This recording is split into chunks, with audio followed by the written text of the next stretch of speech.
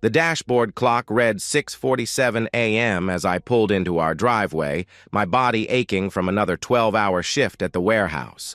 The overtime had been brutal this week, but the extra money would help us catch up on the mortgage and maybe, just maybe, I could surprise Carla with something nice for her birthday next month.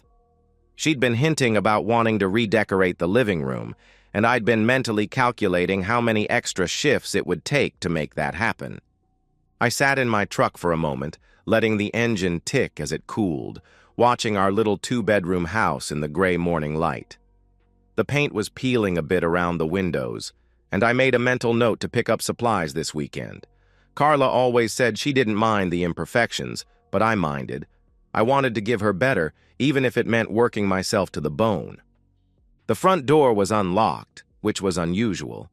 Carla was always paranoid about security, especially when I worked nights. I called out as I entered, my work boots heavy on the hardwood floor we'd saved 6 months to install. "Carla? I'm home, baby." Silence. The house felt different, emptier somehow. I walked through to the kitchen, expecting to find her getting ready for her job at the dental office, but the coffee maker was cold and clean. No dishes in the sink. No sign of her morning routine. That's when I saw it. A white envelope on the coffee table, my name written across it in Carla's careful handwriting. My stomach dropped before I even knew why. Something about that envelope, sitting there so deliberately in the center of the table, screamed finality.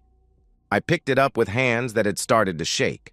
The paper was expensive, not the kind we usually had around the house. Inside were two things, a letter and what looked like divorce papers, already filled out, waiting for my signature. The letter was typed, not handwritten. Even in this, she couldn't be bothered to make it personal. "Jason, by the time you read this, I'll be gone. I can't do this anymore. This life of sweating for scraps, counting pennies, living paycheck to paycheck. I deserve better than this. We both do.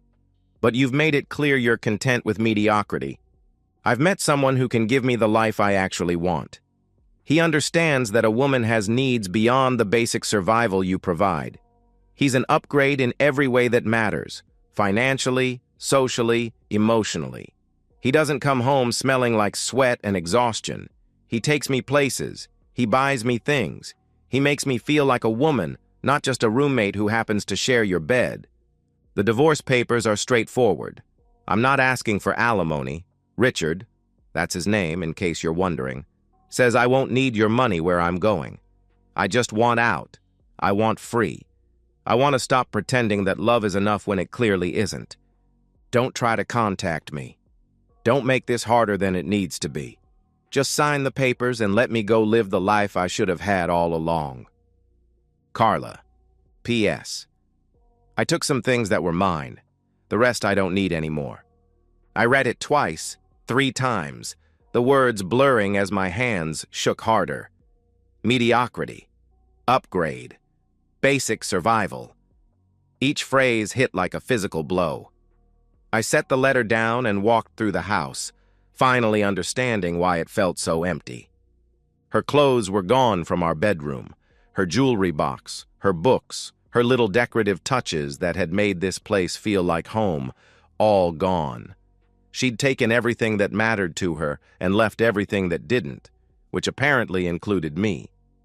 I sat back down on the couch, still in my work clothes, still smelling like the warehouse she found so distasteful. The silence was deafening. No morning news, no coffee brewing, no sound of her humming while she got ready. Just me and the wreckage of 12 years together, reduced to a typed letter that read like a business memo. The strangest part was how calm I felt. Not numb. I could feel everything, every sting of her casual cruelty, every echo of late nights I'd worked to save for her birthday while she was apparently planning her escape. But underneath the hurt was something else. A cold, clear recognition that this was who she really was.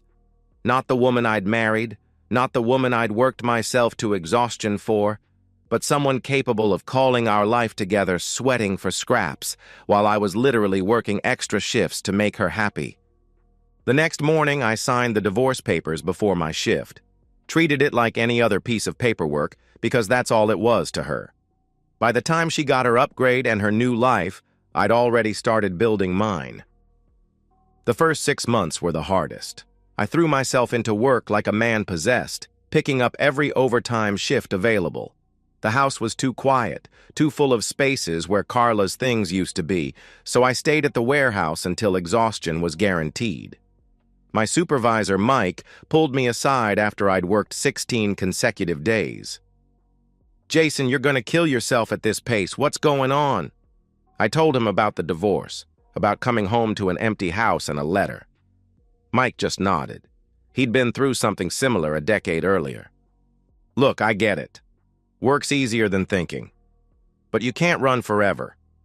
At some point, you gotta face what's left and decide what you want to do with it." He was right, but it took me another month to admit it. The breaking point came when I caught myself checking Carla's Facebook page for the 3rd time that day. She'd changed her last name back to her maiden name and updated her profile picture. Her and some silver-haired guy in expensive clothes at what looked like a country club. She was wearing a dress that probably cost more than I made in a week. That night, I deleted my Facebook account. The house needed work anyway. I started with the bedroom, painting over the soft yellow Carla had chosen with a deep blue that felt more like me. Room by room, I erased the traces of our shared life and replaced them with something that was entirely mine. I sold the furniture that reminded me of her, kept what felt right, bought new pieces when I could afford them. The physical work was therapeutic, spackling holes, sanding walls, laying new flooring in the kitchen. It was honest work that showed immediate results. Unlike my marriage, where 12 years of effort had apparently counted for nothing. I started working out, not because I wanted to show Carla what she was missing, but because I needed somewhere to put the anger that still flared up at unexpected moments. The gym became another kind of therapy. Iron doesn't lie, doesn't make promises it can't keep, doesn't leave you for someone with a bigger bank account. 18 months after the divorce was finalized, my neighbor Mrs. Patterson knocked on my door, crying. Her cat, Whiskers, had been hit by a car and needed immediate veterinary care. She was too shaken to drive, so I loaded the injured cat into my truck and drove them to the emergency animal clinic across town. The veterinarian who took Whiskers into surgery was younger than I'd expected, maybe early 30s, with kind eyes and gentle hands. Dr. Lindsay introduced herself while explaining the cat's injuries. Nothing fatal, but requiring careful attention over the next several days. "You're very kind to help your neighbor like this," she said, as we waited for the surgery to finish. "Not everyone would drop everything to help with someone else's emergency. Mrs. Patterson's been a good neighbor for 8 years. Besides, what else was I going to do? Let the cat suffer." She smiled at that, a real smile that reached her eyes. "You'd be surprised how many people would find an excuse." We talked while we waited. She'd grown up in the area, gone to veterinary school in Colorado, came back to open her own practice. She asked what I did for work, and when I told her about the warehouse, she didn't get that polite but distant look I'd grown used to from other professional women. "That must be physically demanding work. Do you enjoy it?" "It's honest work. I'm good at logistics, at solving problems. The company's growing, so there's room for advancement. It's not glamorous, but it pays the bills, and then some." "Honest work is valuable work," she said simply. "Not everyone understands that anymore." When Whiskers came through surgery successfully, Mrs. Patterson cried again, this time from relief. Dr. Lindsay gave me her card. "In case you ever need veterinary services, or if you just want to grab coffee sometime and talk about honest work." Our first date was coffee on a Sunday afternoon. Nothing fancy, just a local place where we could talk without pretense. She told me about the challenges of running her own practice, the satisfaction of helping animals and their families, the long hours that made relationships difficult. I told her about the divorce, about rebuilding my life from scratch, about learning to trust my own judgment again. She actually called your life together's wedding for scraps? Lindsay's expression was genuinely incredulous. That's remarkably cruel. Yeah, well, turns out I married someone who thought love was measured in dollar signs. Took me 12 years to figure that out. Her loss, Lindsay said quietly. Some of us appreciate a man who works hard and treats people with decency. We dated for 8 months before I asked her to move in, another 4 months before I proposed. Nothing rushed, nothing desperate, just two adults who'd both experienced disappointment and chose to build something real together. Lindsay never made me feel inadequate about my job or my income. She appreciated my work ethic, found my quiet consistency attractive, and never once suggested I needed to be someone different to deserve her love. Our wedding was small, family and close friends at a local venue. Nothing extravagant, but everything meaningful. As I watched Lindsay walk down the aisle in a simple but elegant dress, I realized that this was what love actually looked like, choosing each other not for what you could provide or acquire, but for who you were when everything else was stripped away. The irony wasn't lost on me that Carla's betrayal had led me to something infinitely better than what we'd had. But that realization would prove even more significant when the past came knocking on my door. It was a Sunday morning in October, almost exactly 3 years after I'd found that envelope on the coffee table. Lindsay and I were in our routine. Coffee, lazy conversation, the newspaper spread between us on the kitchen table. She was wearing one of my old t-shirts, and her hair was still messy from sleep, and I remember thinking how beautiful she looked in that unguarded moment. The knock on the door was unexpected. We rarely had visitors on Sunday mornings, and never without calling first. I padded to the front door in my socks, coffee mug still in hand, and peered through the peephole. At first, I didn't recognize her. The woman standing on my porch was thin in a way that looked unhealthy, her face gaunt and aged beyond the 3 years since I'd last seen her. But the hair was still the same shade of blonde, expensive salon blonde, and when she looked up at the sound of my footsteps, I saw Carla's eyes. I opened the door and just stared. She was wearing designer clothes that hung loose on her frame, and when she turned her head slightly, I caught sight of what looked like a fading bruise along her jawline, poorly covered with makeup. Jason. Her voice was smaller than I remembered, uncertain. Can I come in? Please? What are you doing here, Carla? I need to talk to you. Please. Just for a few minutes. Against my better judgment, I stepped aside and let her enter. She moved carefully, like someone who'd learned to be cautious about sudden movements. The confidence I remembered, that assured way she'd carried herself, was completely gone. Coffee? I offered, more from habit than hospitality. Yes, thank you. I poured her a mug, and we sat at the kitchen table. Lindsay had discreetly retreated upstairs, giving us privacy I wasn't sure I wanted.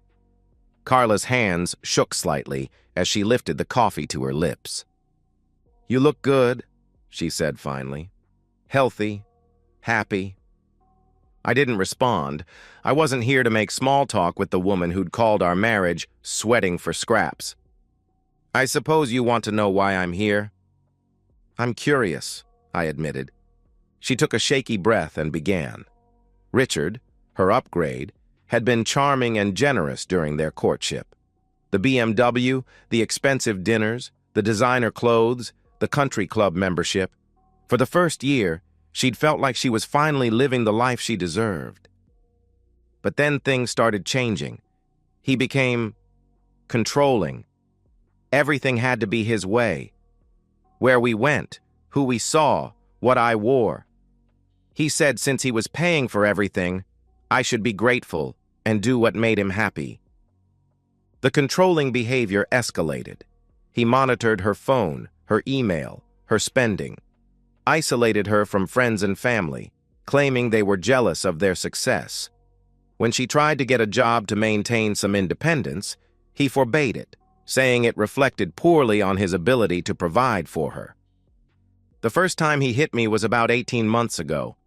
I'd bought a dress he didn't approve of, said it made me look cheap. When I argued, he backhanded me across the face and told me to watch my tone. She touched her jaw unconsciously.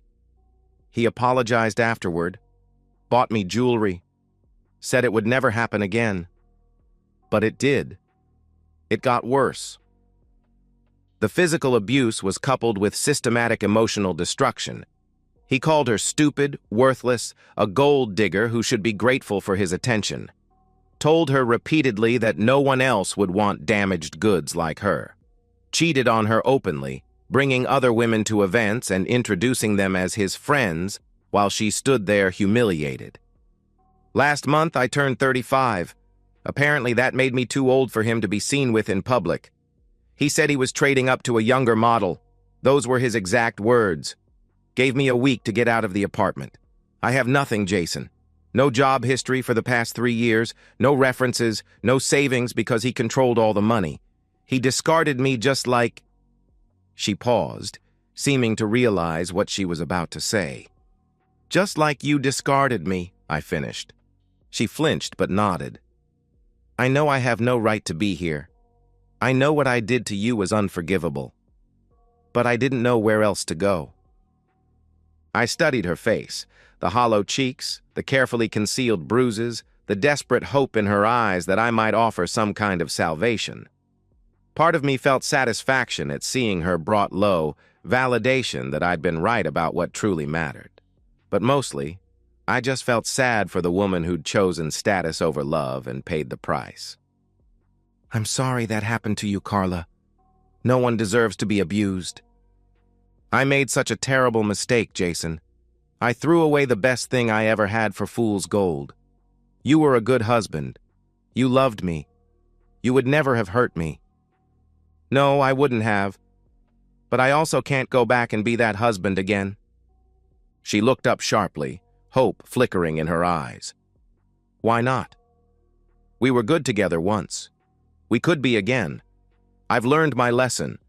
I know what really matters now. Before I could respond, I heard footsteps on the stairs. Lindsay appeared in the kitchen doorway, and the contrast was immediately devastating. Where Carla looked broken and desperate, Lindsay looked healthy and content. She was naturally beautiful in a way that didn't require expensive maintenance, confident in a way that came from inner peace rather than external validation. Sorry to interrupt, Lindsay said gently. I was just getting some water. But she moved to stand beside my chair, her hand resting lightly on my shoulder. Not possessive or territorial, just natural, comfortable, the unconscious gesture of a woman secure in her relationship. Carla stared at Lindsay with growing horror, seeing everything she'd thrown away reflected in this younger, prettier, more accomplished woman who loved me without conditions or reservations. The irony was brutal. Carla had left me for an upgrade, and here was my actual upgrade, better than her in every way that mattered. You're remarried, Carla said, her voice barely a whisper. Yes, this is my wife, Lindsay. Lindsay, this is Carla. Lindsay extended her hand politely. Nice to meet you, Carla. Jason mentioned you sometimes. The casual way she said it, not threatened, not curious, just acknowledging my history the way mature adults do, was another twist of the knife. Carla shook her hand limply, staring at Lindsay's wedding ring, the simple but elegant band that matched mine. She's beautiful, Carla said to me, tears starting to flow. And young, and successful, I'm sure. She's a veterinarian, I said, has her own practice. Of course she does. Carla laughed bitterly. Everything I'm not. Carla, I said gently, I think you should go. Please, Jason. I have nowhere else to turn. I know I hurt you, but we had something real once. Doesn't that count for anything? I looked at this broken woman who'd once been my wife, who'd reduced our 12 years together to sweating for scraps in a typed letter, and felt something close to peace. You left me for money, Carla. I found peace. I think we're even now." The finality in my voice seemed to reach her. She stood on unsteady legs, gathering the remnants of her dignity. "I suppose I deserve that." "Probably. But I'm not trying to hurt you. I'm just being honest about what is." I walked her to the door, Lindsay trailing behind us. On the porch, Carla turned back one more time. "I really did love you, you know. I wanted more." "I know. But more of what you wanted wasn't what I had to give. Turns out what I had to give was exactly what someone else needed." She nodded, finally understanding. As she walked back toward a beat-up Honda Civic parked at the curb, such a far cry from the BMW I'd seen in her Facebook photos, I felt the last trace of anger leave my system. I closed the door and returned to the kitchen, where Lindsay was refilling our coffee cups. "You okay?" she asked. "Yeah, I really am." And I was. Carla's visit hadn't reopened old wounds. It had simply confirmed how completely they'd healed. The next few minutes unfolded like a slow-motion car crash. Carla remained frozen on the porch, staring at Lindsay with the expression of someone watching their worst fears materialize. Lindsay, completely comfortable in her pajamas and bare feet, moved through our kitchen with the easy familiarity of someone who belonged there completely. "Would you like me to make breakfast?" Lindsay asked me, already reaching for the eggs. "I was thinking pancakes since it's Sunday." The domesticity of it was crushing. Here was everything Carla had walked away from: Sunday morning breakfasts, comfortable silences, a partner who wanted to take care of you simply because they loved you, embodied in a woman who was objectively superior to her in every way. "That sounds perfect," I said, meaning it. "Thank you." Carla watched this exchange with growing desperation. "Jason, please, can't we at least talk privately? There's so much I need to say to you." "Carla, I think you've said what you came to say." "No, you don't understand. I've realized what I lost. What we had was special. It was real. I was young and stupid, and I made the worst mistake of my life." Lindsay glanced over from where she was mixing pancake batter, not with jealousy or insecurity, but with something closer to pity. She could see what I saw, a desperate woman trying to reclaim something she'd voluntarily destroyed. "The mistake wasn't leaving me," I said quietly. "The mistake was how you left me. What you said about our life together. If you'd just said you weren't happy, if you'd asked to try counseling, if you'd shown any respect for what we'd built together, things might have been different. I can show you that respect now. I can appreciate what you gave me. I was immature then, but I've grown up. I've learned what really matters." "Have you?" I asked. "Or have you just learned that the alternative was worse?" The question hung in the air between us. Carla's mouth opened and closed, but no answer came, because we both knew the truth. She hadn't gained wisdom. She'd simply run out of options.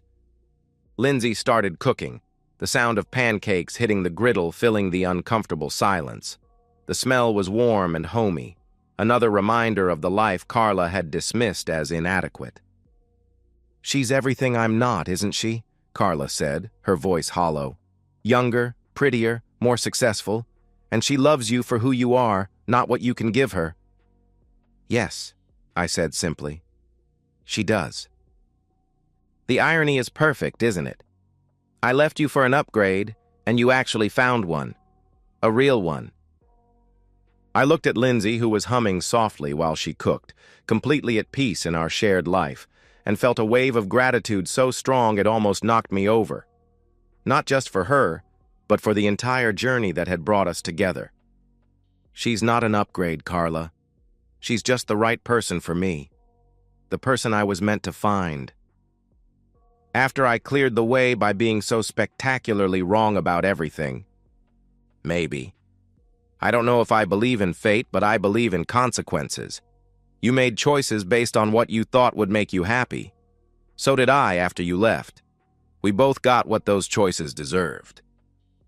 Carla sank into one of the porch chairs, the fight going out of her completely. I used to mock your contentment, you know. Called it settling. Told my friends you had no ambition, no drive to be better. I thought happiness had to cost something, had to be earned through sacrifice and competition. And now? I asked. Now I understand that what you had, what we had, was priceless. And I traded it for fool's gold that turned to poison in my hands.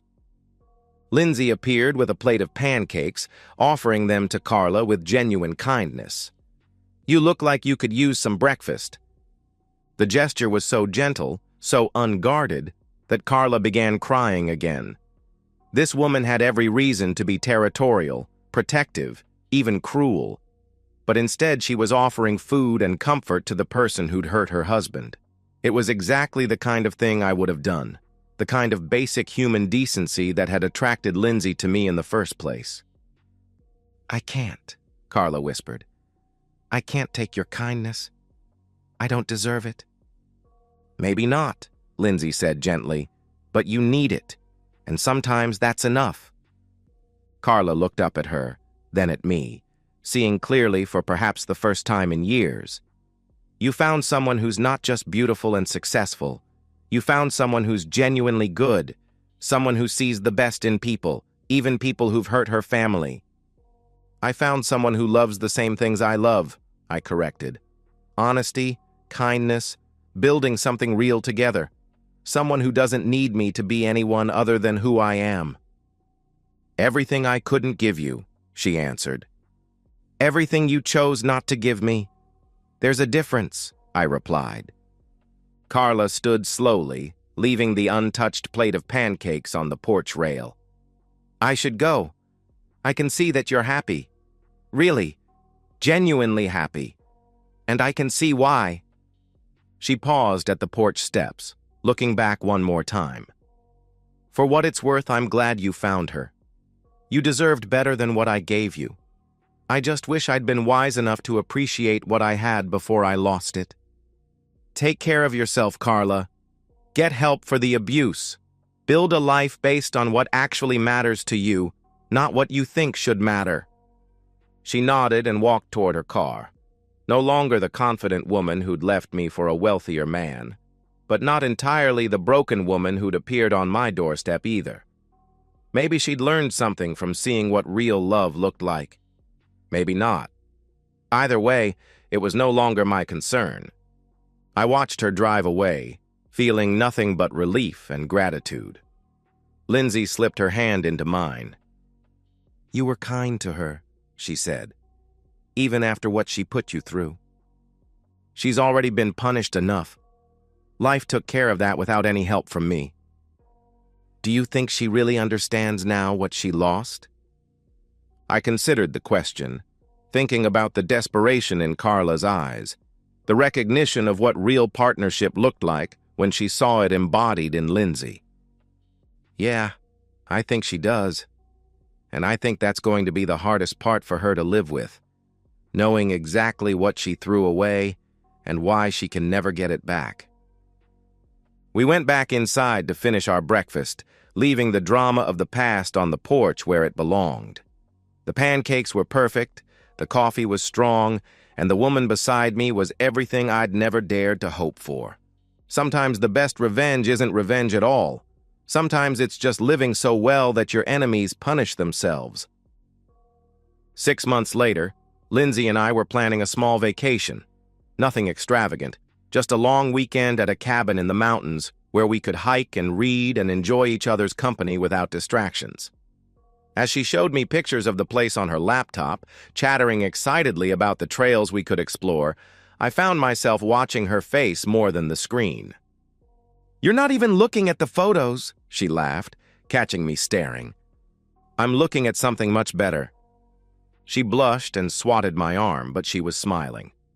This was our life, simple moments, shared dreams, the profound contentment that comes from being with someone who sees your worth clearly and loves you without reservation. Occasionally, I wondered what had happened to Carla. Mrs. Patterson mentioned seeing her working at a department store across town, looking healthier but older, no designer clothes or expensive car. I felt a mild curiosity about whether she'd learned to find happiness in simpler things, but it was just that. Mild curiosity, not concern. She'd made her choice, lived with the consequences, and learned whatever lessons life had to teach her. That was enough. The strange truth was that I'd come to see her betrayal as a gift. Not at the time. At the time, it had nearly destroyed me. But in leaving me for money, she'd freed me to find something infinitely more valuable. A partnership built on genuine compatibility, mutual respect, and shared values. If she'd stayed, if we'd limped along in our increasingly incompatible marriage, I never would have found Lindsay. "Do you ever regret the path that brought us together?" I asked one evening as we sat on our back porch, watching the sunset. Lindsay considered the question seriously. "You mean, do I wish you'd never been married before? Never been hurt like that?" "Something like that." "No," she said finally. "That experience taught you what you needed in a partner, what you wouldn't settle for again. It made you appreciate what we have. I think everything that happened to both of us, the good and the bad, was necessary to get us to this point." She was right. Carla's betrayal had been painful, but it had also been clarifying. It had taught me the difference between someone who loved me and someone who loved what I could provide. It had shown me the value of loyalty, of partnership, of choosing each other every day, not because you had to, but because you wanted to. The best revenge, I'd learned, wasn't destroying your enemies. It was building a life so fulfilling that their absence became a blessing. Carla had done me a favor by leaving, though it had taken years to understand that. Her betrayal had led me to truth, to genuine love, to a woman who found my quiet strength attractive rather than inadequate. As Lindsay leaned against my shoulder, comfortable in the silence we shared, I realized that victory wasn't about making someone else lose. It was about recognizing what you'd won. And I'd won everything that actually mattered. Sometimes the most devastating revenge is no revenge at all, just the natural consequences of people's choices played out over time, while you build something beautiful with someone who knows your worth.